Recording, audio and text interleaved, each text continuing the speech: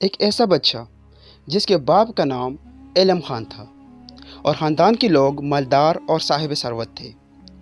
بچپن ہی میں وہ حسن جمال، دانائی، دوراندیشی، حسن تدبیر میں انتہائی اعلیٰ شخصیت رکھتا تھا۔ چنانچہ اس کی سوجھ بوجھ اور عقل و فہم کی وجہ سے اس کے بھائی اس سے حسد اور بیزاری کا اظہار کرنے لگے، جس طرح اللہ کے نبی حضرت یوسف علیہ السلام سے اس کے بھائی بیزار ہو گئے تھے اور ان کے باپ ان سے زیادہ محبت کرتے تھے۔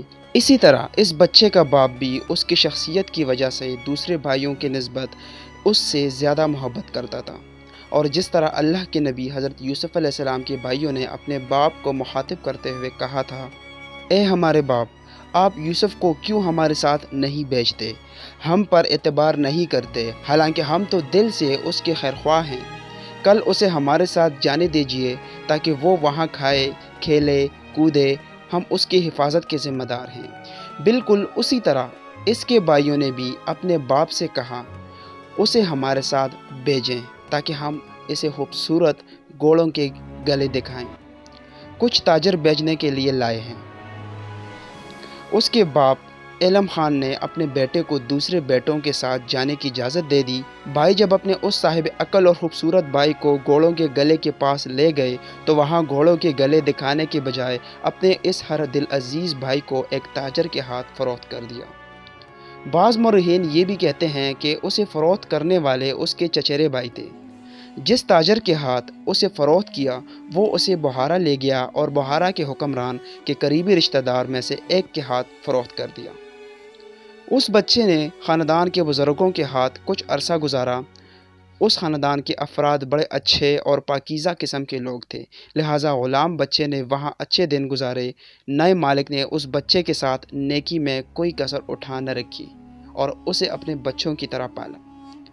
یہی غلام بچہ ایک روز مصیبت میں مبتلا ہو گیا، اس لیے کہ اس کے مالک نے ایک روز اسے چھوٹا سا سکہ دیا اور کہا کہ بازار جائے اور جا کر اس کے لیے ایک انگور خرید لائے۔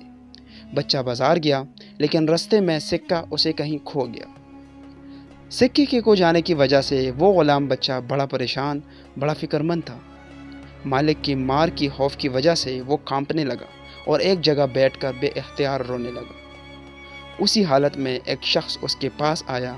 بچے کو جب اس نے روتے ہوئے دیکھا تو بچے پر اسے ترس آیا۔ آگے بڑھ کر اٹھانے کی غرض سے اس نے بچے کا ہاتھ تھاما اور بچے کے ہاتھ کی لکیروں کو دیکھا تو اس پر حیرت اور تعجب کے آثار بکھر گئے۔ وہ شخص علم نجوم اور ہاتھ کی لکیروں کا ماہر تھا۔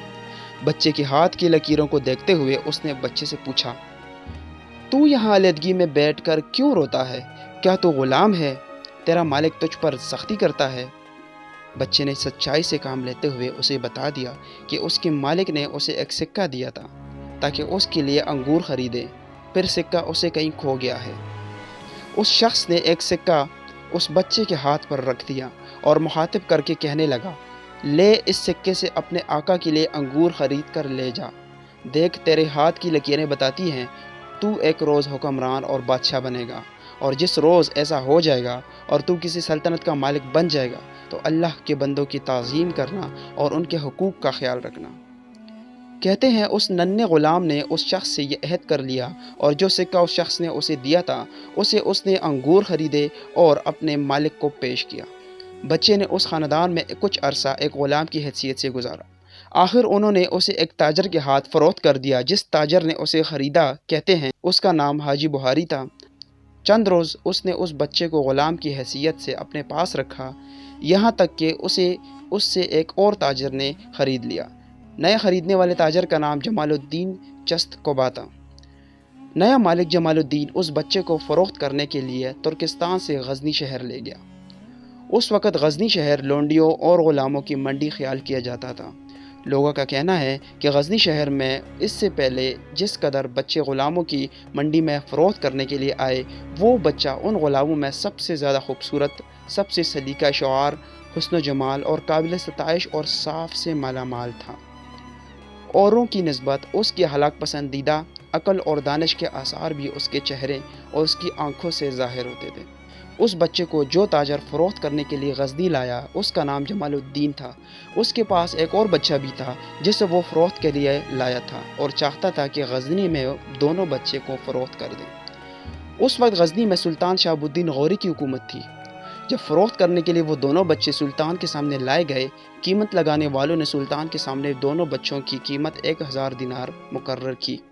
تاجر جمال الدین اس وقت پر دونوں بچوں کو فروخت کرنے کے لیے تیار نہ ہوا۔ اس پر سلطان شہاب الدین غوری نے حکم دیا کہ ان بچوں کو کوئی بھی 1000 دینار سے زائد کی رقم میں نہ خریدے، اور 1000 سے زائد پر ان دونوں بچوں کی فروخت کو اس نے ممنوع قرار دیا تھا۔ اس طرح تاجر جمال الدین ان دونوں بچوں کو لیے غزل میں لگ بھگ 1 سال تک قیام کیے رہا، لیکن کسی نے ان بچوں کو نہ خریدا، اس لیے کہ سلطان شہاب الدین غوری نے 1000 سے زائد کی قیمت پر بچوں کی فروخت ممنوع قرار دی تھی۔ حالات سے تنگ آ کر تاجر جمال الدین ان بچوں کو لے کر غزنی سے پھر بخارا چلا گیا۔ اس طرح 3 سال اس نے ان دونوں غلام بچوں کو بخارا میں رکھا اور دونوں کو فروخت کرنے کے لیے پھر بخارا سے غزنی شہر لایا۔ لیکن اس کی بدقسمتی ابھی یہ تھی کہ غزنی پر سلطان شہاب الدین غوری ہی کی حکومت تھی۔ اس نے ان دونوں غلاموں کی فروخت پر پابندی لگا رکھی تھی، اس لیے اس تاجر کو ایک بار پھر غزنی میں ان بچوں کی فروخت کے لیے 1 سال گزارنا پڑا۔ ان دونوں بچوں کی خوش قسمتی کہ انہی دنوں قطب الدین ایبک، جس نے ہندوستان کے 2 شہر نہر والا اور گجرات کو فتح کرنے کے بعد غزنی میں سلطان شہاب الدین غوری کی خدمت میں حاضری دی اور کچھ مال غنیمت بھی پیش کیا، اسے ان دونوں غلاموں کے متعلق بتایا گیا۔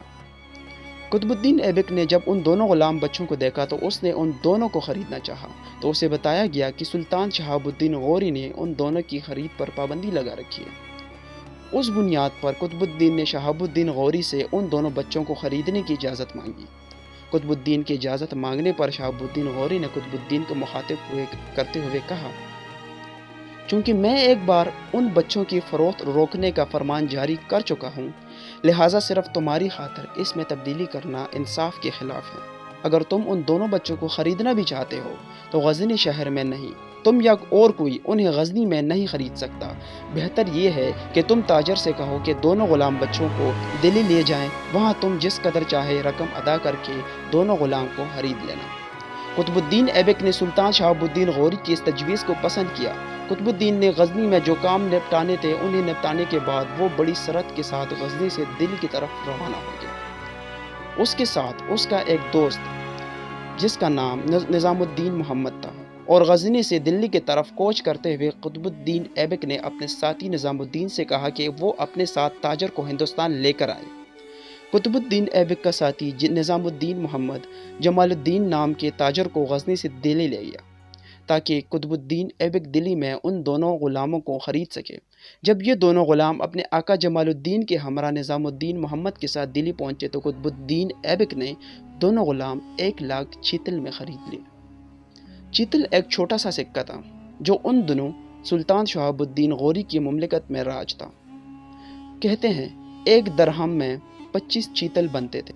قطب الدین ایبک نے ان دونوں غلاموں کو خرید کر ان کی بہترین تربیت کا اہتمام کیا اور دونوں کو اس نے بیٹا کہہ کر پکارنا شروع کیا۔ جس بچے کو اس کے بھائیوں نے گھوڑوں کا غلہ دکھانے کے بہانے ایک تاجر کے ہاتھ فروخت کر دیا تھا، اس بچے نے قطب الدین ایبک کے ہاں خوب ترقی کی اور وہ لشکر میں سالار کے عہدے تک جا پہنچا۔ کیونکہ بچہ بڑا لائق، بڑا ہونہار تھا اور پھر قطب الدین نے اسے اپنا بیٹا بھی بنا لیا تھا، لہٰذا اس کی قابلیت، اس کی دلیری اور شجاعت کی وجہ سے اس کے مرتبے اور اعزاز میں اضافہ ہوتا چلا گیا۔ چنانچہ اس کی حرکات و سکنات میں عقل و دانش اور ہوشمندی کے آثار بھی نمایاں ہوتے چلے گئے تھے۔ اس لیے درجہ بدرجہ ترقی کرتے ہوئے آخر وہ قطب الدین ایبک کی سلطنت میں جب قطب الدین ایبک نے گوالیار فتح کیا تو اس غلام کو وہاں کا والی مقرر کر دیا گیا۔ اس کے بعد وہ غلام بدایوں اور اس کے مضافات کا بھی حکمران ہوا اور یہ علاقہ قطب الدین ایبک نے اسے جاگیر کے طور پر عطا کر دیا۔ کچھ مدت کے بعد اس کی مستعدی جرات مندی، سرگرمی، بہادری اور مردانگی کے مظاہرے دیکھتے ہوئے قطب الدین نے اسے بدایوں کا حکمران مقرر کر دیا۔ جب سلطان شہاب الدین غوری اپنے خوارزم کی مہم سے لوٹا اور ہندوستان کی اندرونی شورشوں کو فروغ کرنے کے لیے آیا، کیونکہ کھکروں نے جو ایک خونخوار قبیلہ تھا نے خصوصیت کے ساتھ پنجاب اور سرحد کے علاقے میں تباہی، بربادی اور سرکشی کا کھیل شروع کر دیا تھا۔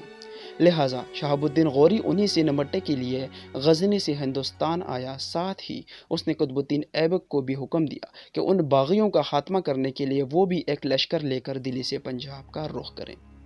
قطب الدین ایبک جس لشکر کو لے کر شہاب الدین غوری کے حکم پر دہلی سے مغرب کی طرف آیا، اس لشکر میں وہ غلام بھی شامل تھا جسے قطب الدین ایبک نے خریدا تھا اور اس کے بھائیوں نے تاجر کے ہاتھوں فروخت کیا تھا۔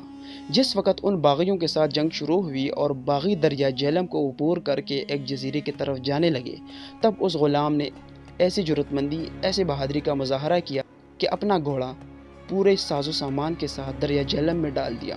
اس وقت دریا کناروں تک بہہ رہا تھا، لیکن اس غلام نے انتہائی جرأت مندی کا مظاہرہ کرتے ہوئے دریا کے تلاطم کو نظر انداز کیا اور ان باغیوں کے تعاقب میں لگ گیا۔ ان باغیوں نے ایک جزیرے میں پناہ لے لی۔ اس غلام کے تحت جو لشکر تھا، اس کے ساتھ وہ غلام اس تندہی سے باغیوں پر حملہ آور ہوا کہ ان گنت باغیوں کو اس نے موت کے گھاٹ اتار دیا اور کہیں کو زخمی کر کے جزیرے میں انہیں بدترین شکست دی۔ اس موقع پر سلطان شہاب الدین غوری نے جب اس غلام کی جرأت دیکھی اور بہادری کو بڑے انہماک سے دیکھا، سلطان شہاب الدین نے یہ بھی دیکھا کہ وہ اپنے مختصر سے لشکر کے ساتھ اپنے گھوڑے کو دریا کی طغیانی میں ڈالتے ہوئے باغیوں کے ساتھ تعاقب میں لگ گیا تھا اور جزیرے میں جا کر جن باغیوں نے پناہ لی تھی ان پر حملہ آور ہو کر ان کی طاقت اور قوت کو اس نے کچل کر رکھ دیا۔ جب وہ غلام باغیوں کا خاتمہ کرنے کے لیے اپنے حصے کے لشکر کے ساتھ پھر دریا کے ساحل پر آیا تو سلطان نے قطب الدین ایبک سے اس غلام کے متعلق پوچھا۔ تب قطب الدین ایبک نے سلطان شہاب الدین غوری پر انکشاف کیا: سلطان محترم، یہ وہی غلام ہے جس کی فروخت پر آپ نے غزنی شہر میں پابندی لگا دی تھی، اور میں نے اسے اور اس کے ساتھی غلام کو دلی منگا کر دونوں کو 1,00,000 چیتل میں خریدا، اور اس غلام نے ایسی ترقی کی کہ اب یہ نہ صرف لشکروں کا سالار ہے بلکہ یہ بدایوں کا حکمران بھی ہے۔ قطب الدین ایبک کے اس انکشاف سے شہاب الدین غوری دنگ رہ گیا۔ اس غلام کو بلا کر اس نے اس کی تعریف کی اور اس کی کارگری پر اسے مبارکباد دی۔ ساتھ ہی شہاب الدین غوری نے اس غلام کو خلعت خاص سے بھی نوازا اور یہ ایک غلام کے لیے ایک بہت بڑا اعزاز تھا۔ اس کے ساتھ ہی قطب الدین ایبک کو مخاطب کرتے ہوئے شہاب الدین غوری نے حکم دیا: اس غلام سے اچھا برتاؤ کرتے رہنا۔ اس کی آج کی کارگری کو دیکھتے ہوئے میں یہ کہہ سکتا ہوں یہ بڑے کارنامے سر انجام دے گا۔ ساتھ ہی قطب الدین سے یہ بھی کہا کہ اس غلام کی آزادی کا بھی اعلان کر دو۔ یہ بچہ جسے اس کے بھائیوں نے حسد کی بنا پر تاجر کے ہاتھوں فروخت کیا، جسے قطب الدین ایبک نے خریدا اور جس کے آزادی کا شہاب الدین غوری نے حکم دیا تھا، وہ سلطان شمس الدین التمش تھا۔ وہ غلام بچہ جو سلطان شمس الدین التمش کے ساتھ ہی فروخت ہوا اور قطب الدین ایبک نے اسے خریدا، اس کا نام تمغاج تھا۔ یعنی تمغاج بھی ترقی کرتے کرتے قطب الدین ایبک کے دور میں سر ہند کا والی بنا تھا، اور جب قطب الدین ایبک نے تاج الدین یلدر سے جنگ کی تھی تو تمغاج نام کا یہ غلام بھی اس میں شریک تھا، اور اسی جنگ میں تمغاج نام کا وہ غلام جو سر ہند کا حکم مقرر کر دیا گیا، وہ شہید ہو گیا تھا۔ تو ناظرین، کیسا لگا آپ کو یہ پہلا قسط؟ امید کرتا ہوں آپ کو بہت زیادہ دلچسپ لگا ہوگا یہ قسط۔ اس کے باقی اقساط بھی انشاءاللہ بہت جلد ہی اپلوڈ ہوں گے، اور آپ دیکھتے رہیے FK Info World۔